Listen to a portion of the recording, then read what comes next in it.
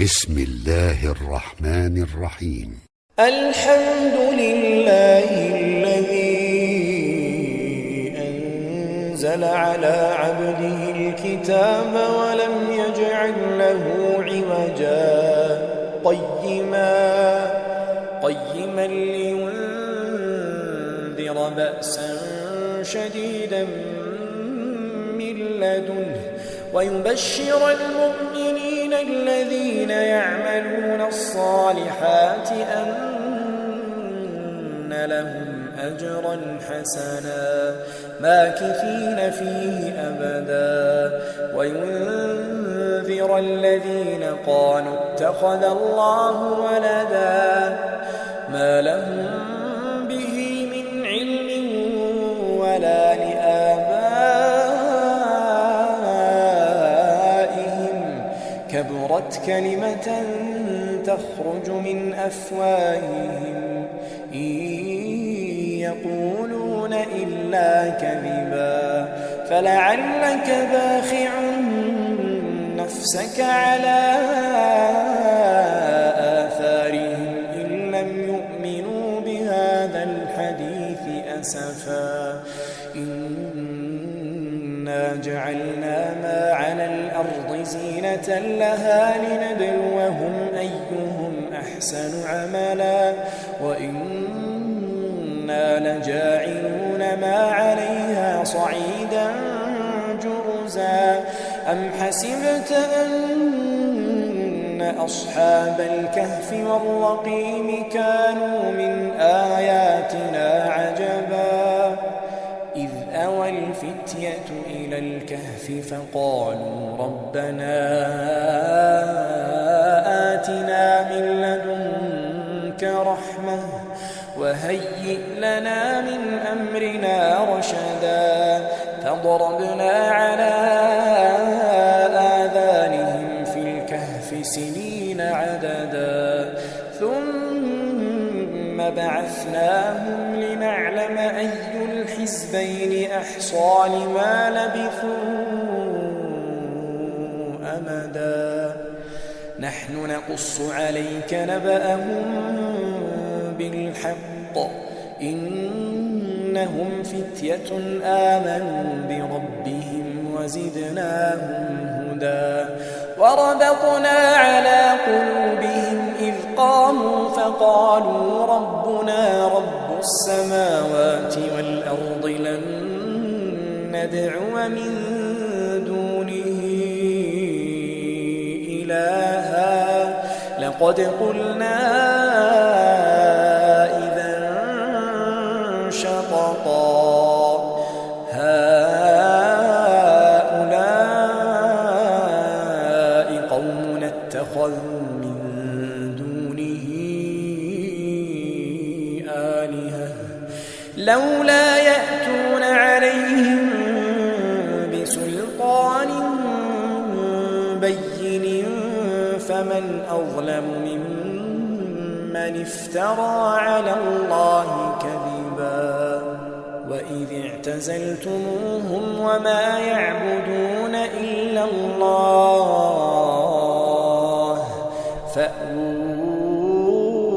إلى الكهف ينشر لكم ربكم من رحمته ويهيئ لكم من أمركم مرفقا وترى الشمس إذا طلعت تزاور عن كهفهم ذات اليمين وإذا غربت تقرضهم ذات الشمال وهم في فجوة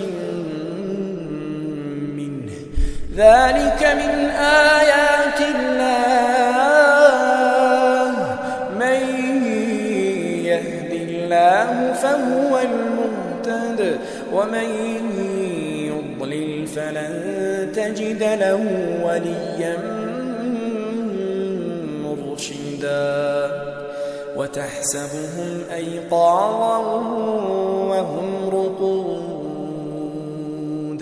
ونقلبهم ذات اليمين وذات الشمال وكلبهم باسط ذراعيه بالوصيد لو اطلعت عليهم لوليت منهم فرارا ولملئت منهم رعبا وكذلك بعثناهم ليتساءلوا بينهم قال قائل منهم كم لبثتم قالوا لبثنا يوما أو بعض يوم قالوا ربكم أعلم بما لبثتم فابعثوا أحدكم بورقكم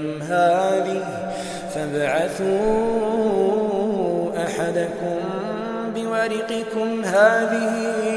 إلى المدينة فلينظر أيها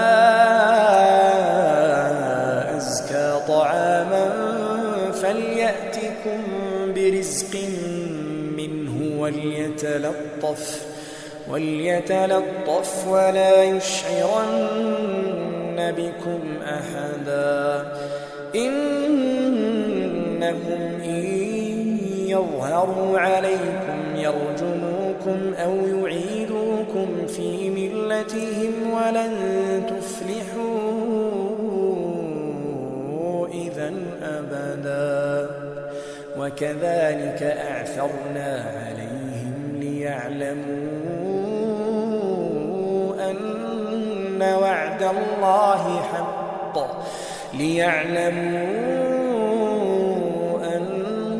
وعد الله حق وأن الساعة لا ريب فيها إذ يتنازعون بينهم أمرهم فقالوا بنوا عليهم بنيانا ربهم أعلم بهم قال الذين غلبوا على أمرهم لنتخذن عليهم مسجدا سيقولون ثلاثة رابعهم كلبهم ويقولون خمسة سادسهم كلبهم رجما بالغيب ويقولون سبعة وثامنهم كلبهم قل ربي أعلم بعدتهم ما يعلمهم إلا قليل فلا تمار فيهم إلا مراء ظاهرا ولا تستفت فيهم منهم أحدا ولا تقولن لشيء إني فاعل ذلك غدا إلا أن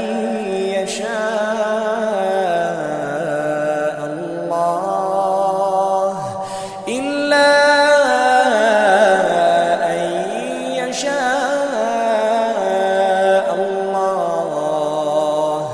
واذكر ربك إذا نسيت وقل عسى أن يهديني ربي لأقرب من هذا رشدا ولبثوا في كهفهم 300 سنين وازدادوا 9 قل الله أعلم بما لبثوا له غيب السماوات والأرض أبصر به وأسمع ما لهم من دونه من ولي ولا يشرك في حكمه أحدا واتل ما أوحي إليك من كتاب ربك لا مبدل لكلماته ولن تجد من دونه ملتحدا واصبر نفسك مع الذين يدعون ربهم بالغداة والعشي يريدون وجهه ولا تعد عيناك عنهم تريد زينة الحياة الدنيا ولا تطع من أغفلنا قلبه عن ذكرنا واتبع هواه وكان أمره فرطا وقل الحق من ربكم فمن شاء فليؤمن ومن شاء فليكفر إنا أعتدنا للظالمين نارا أحاط بهم سرادقها وإن يستغيثوا يغاثوا بماء كالمهل يشوي الوجوه بئس الشراب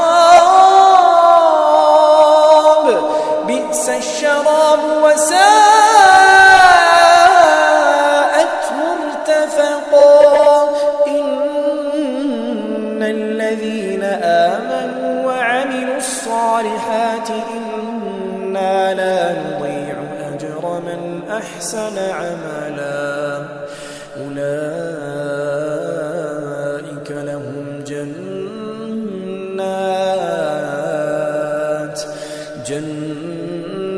عدن تجري من تحتهم الأنهار يحلون فيها من أساور من ذهب ويلبسون ثيابا خضرا من سندس وإستبرق متكئين فيها على الأرائك نعم الثواب وحسنت مرتفقا واضرب لهم مثل الرجلين جعلنا لأحدهما جنتين من أعناب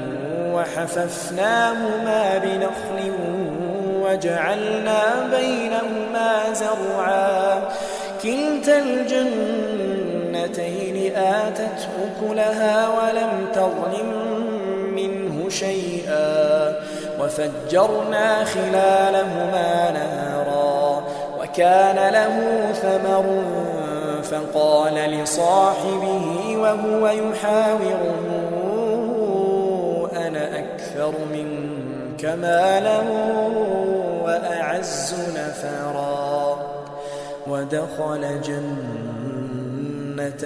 وهو ظالم لنفسه قال ما أظن أن تبيد هذه أبدا وما أظن الساعة قائمة ولئن رددت إلى ربي لأجدن خيرا منها منقلبا قال له صاحبه وهو يحاوره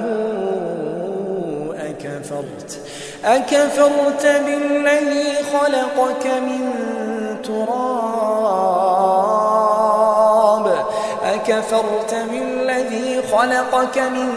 تراب ثم من نطفة ثم سواك رجلا لكن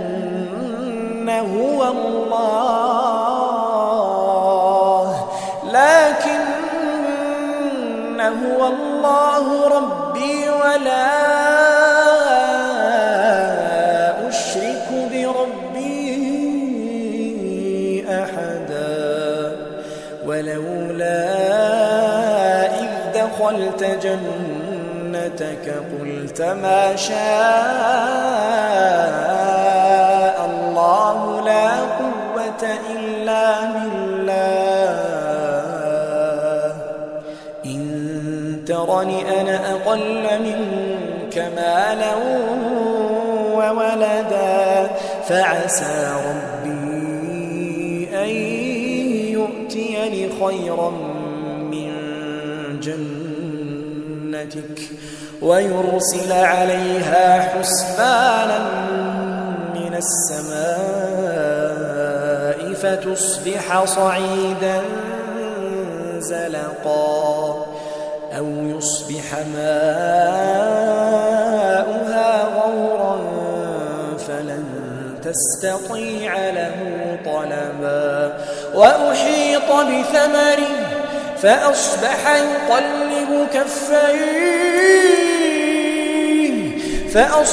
يقلب كفيه على ما أنفق فيها وهي خاوية على عروشها ويقول يا ليتني لم أشرك بربي أحدا ولم تكن له فئة ينصرونه من دون الله وما كان منتصرا هنالك الولاية لله الحق هو خير ثوابا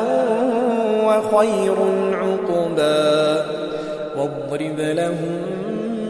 مثل الحياة الدنيا كماء إن أنزلناه من السماء فاختلط به نبات الأرض فأصبح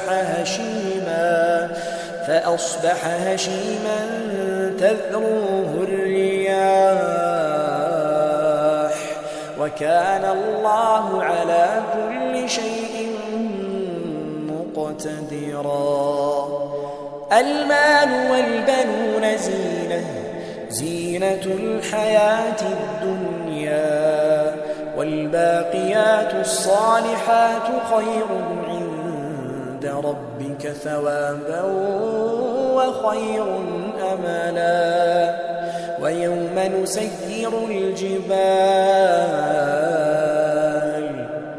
وترى الأرض بارزة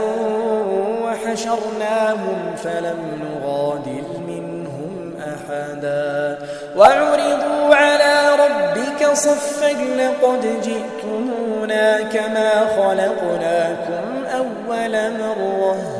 بل زعمتم أن لن نجعل لكم موعدا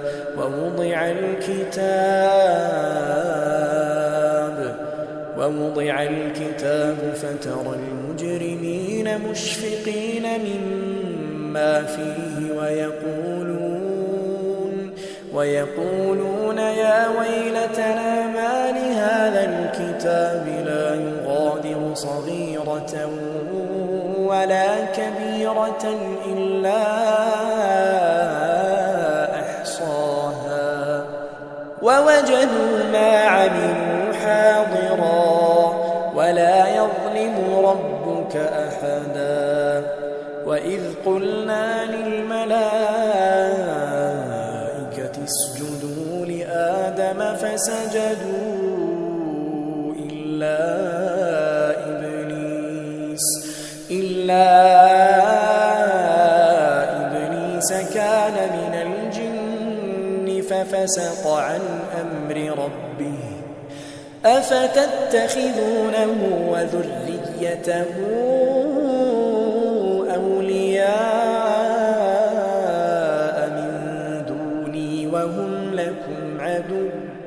بئس للظالمين بدلا ما أشهدتهم خلق السماوات والأرض ولا خلق أنفسهم وما كنت متخذ المضلين عضدا ويوم يقول نادوا شركائي الذين زعمتم فدعوهم فلم يستجيبوا لهم وجعلنا بينهم موبقا ورأى المجرمون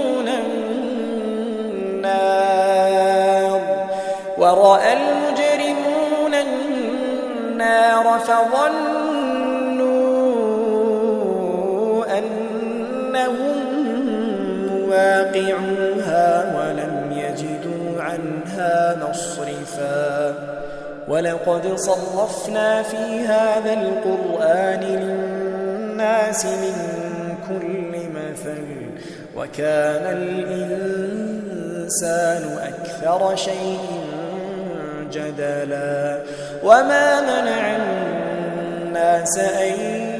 يؤمنوا إذ جاءهم الهدى ويستغفروا ربهم إلا أن تأتيهم سنة الأولين أو يأتيهم العذاب قبلا وما نرسل المرسلين إلا مبشرين ومنذرين ويجادل الذين كفروا بالباطل ليدحضوا به الحق واتخذوا آياتي وما أنذروا هزوا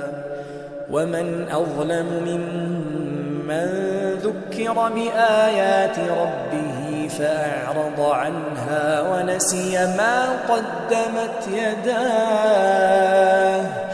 إنا جعلنا على قلوبهم أكنة أن يفقهوه وفي آذانهم وقرا وإن تدعهم إلى الهدى فلن يهتدوا إذا أبدا وربك الغفور ذو الرحمة لو يؤاخذهم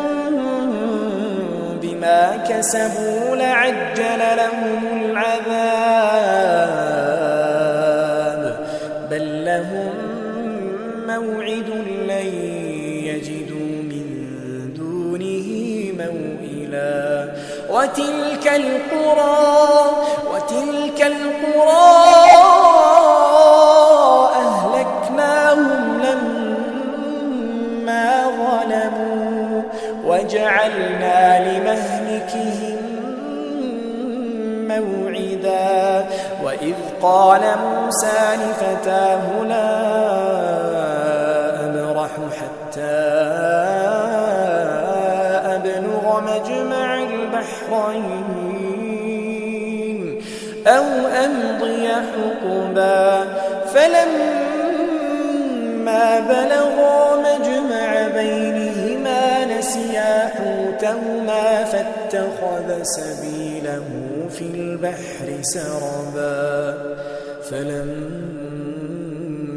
جاوزا قال لفتاه آتنا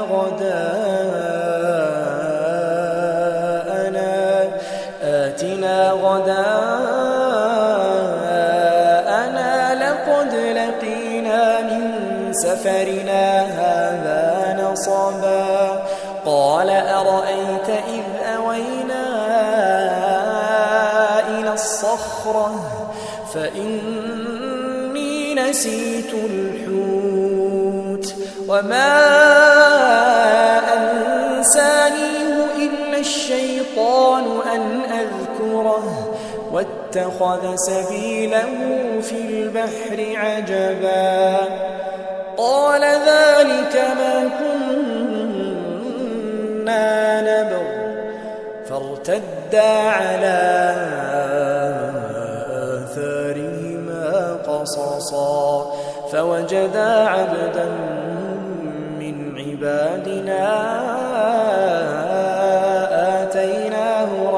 رحمة من عندنا وعلمناه من لدنا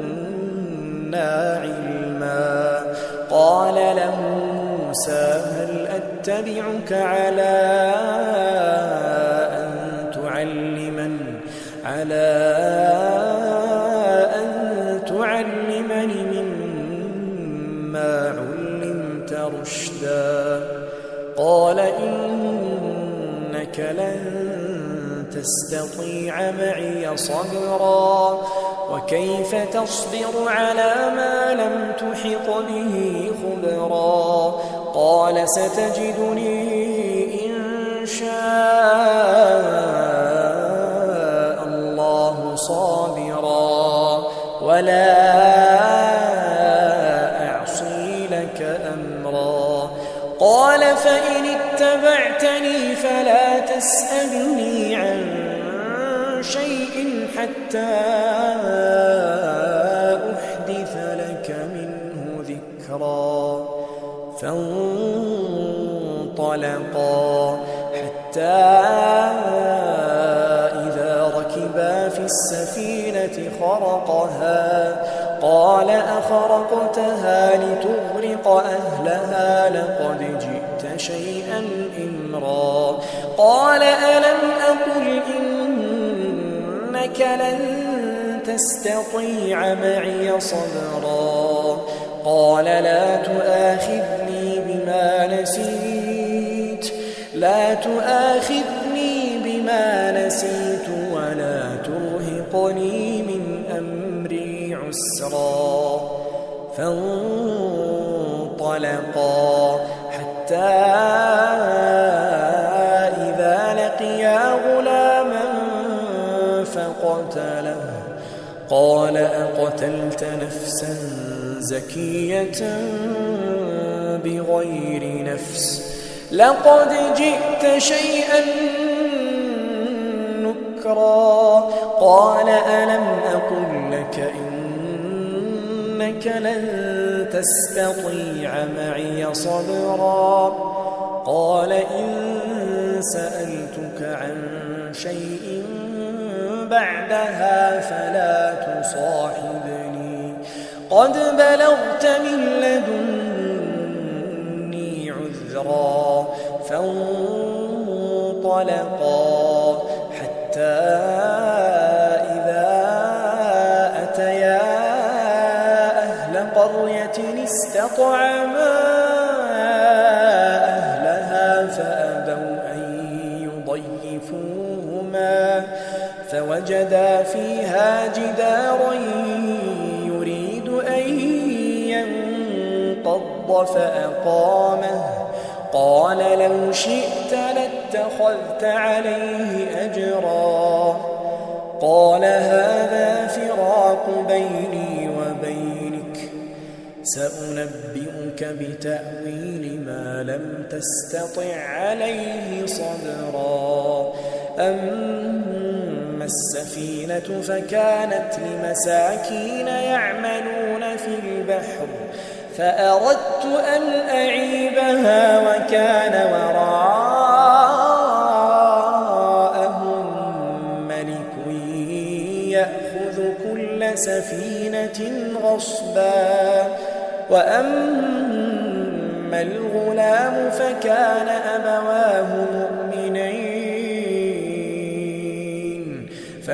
أبواه مؤمنين فخشينا أن يرهقهما طغيانا وكفرا. فأردنا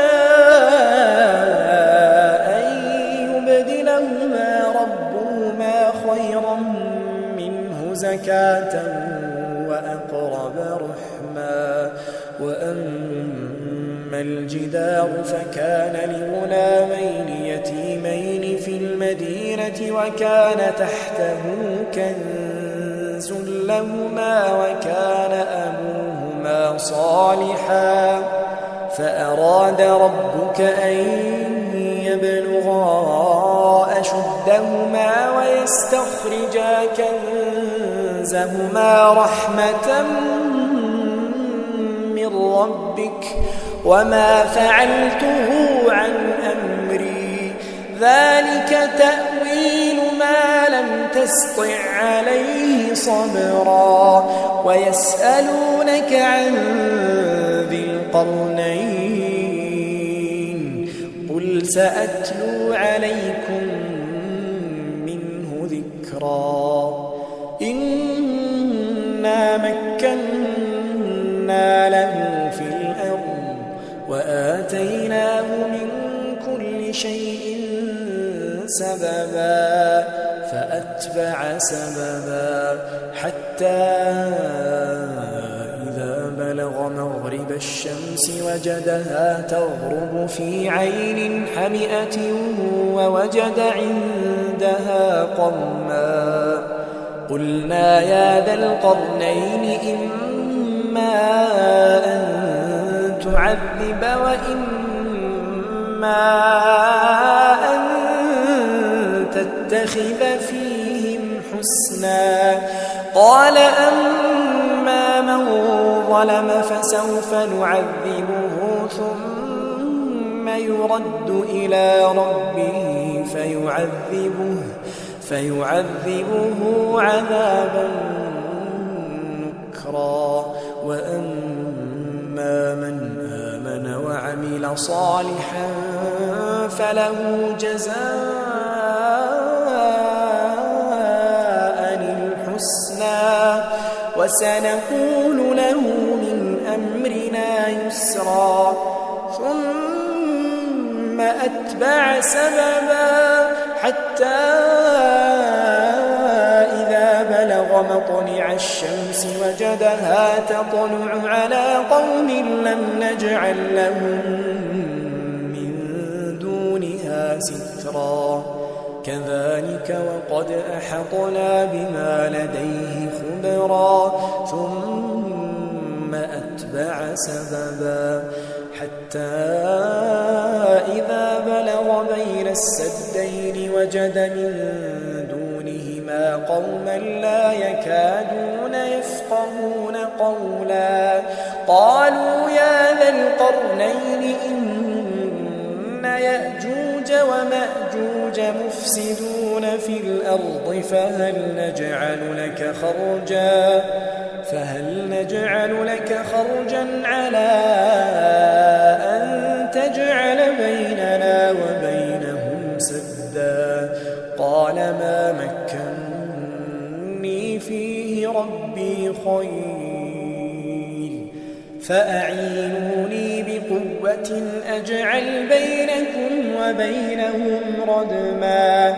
آتوني زبر الحديد حتى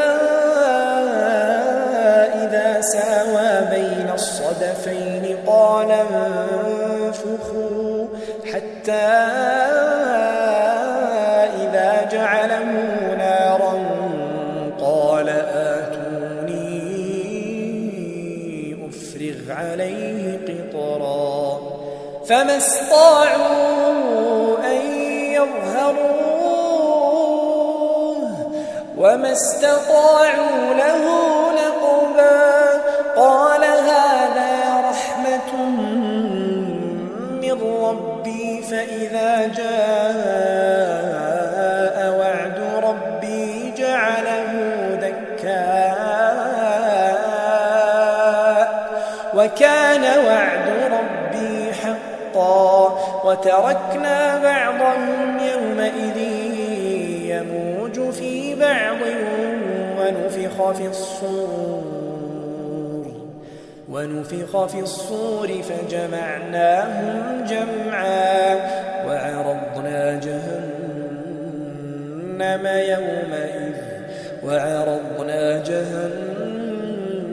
يومئذ للكافرين عرضا الذين كانت أعينهم في غطاء عن ذكري وكانوا لا يستطيعون سمعا أفحسب الذين كفروا أن يتخذوا عبادي من دوني أولياء إنا أعتدنا جهنم للكافرين نزلا قل هل ننبئكم بالأخسرين أعمالا الذين ضل سعيهم في الحياة الدنيا وهم يحسبون أنهم يحسنون صنعا أولئك الذين كفروا بآيات ربهم ولقائه فحبطت أعمالهم فلا نقيم لهم يوم القيامة وزنا ذلك جزاؤهم جهنم بما كفروا واتخذوا آياتي ورسلي هزوا إن الذين آمنوا وعملوا الصالحات كانت لهم جنات الفردوس نزلا خالدين فيها لا يبغون عنها حولا قل لو كان البحر مدادا لكلمات ربي لنفد البحر قبل أن تنفد كلمات ربي ولو جئنا بمثله مددا قل إنما أنا بشر مثلكم يوحى إلي أنما إلهكم إله واحد فمن كان يرجو لقاء ربه فليعمل عملا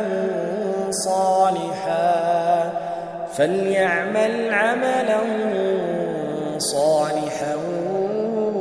ولا يشرك بعبادة ربه